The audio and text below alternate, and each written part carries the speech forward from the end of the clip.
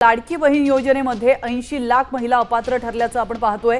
त्याच पार्श्वभूमीवर आता ठाकरे सेनेच्या उपनेत्या सुषमा अंधारे यांनी महिला आणि बाल कल्याण मंत्री अदिती तटकरे यांच्यावर जोरदार टीका केली आहे। योजना लागू करताना तपासणी का केली नाही याचं उत्तर मंत्री अदिती तटकरे यांनी द्यावं, अन्यथा तटकरेंनी खातं सोडावं अशी टीका करत त्यांच्या राजीनाम्याची मागणी केली आहे।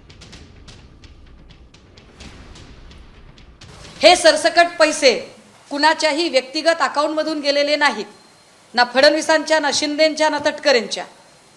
हे पैसे लोकांच्या टॅक्समधनं गेलेले पैसे आहेत। या पैशांची भरपाई कोण करणार याची उत्तरं आता अदिती तटकरे यांनी द्यावी लागतील।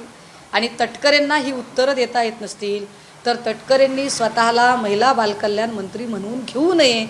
तुम्हाला खातं सांभाळताच येत नाही हे वारंवार सिद्ध झालेलं आहे।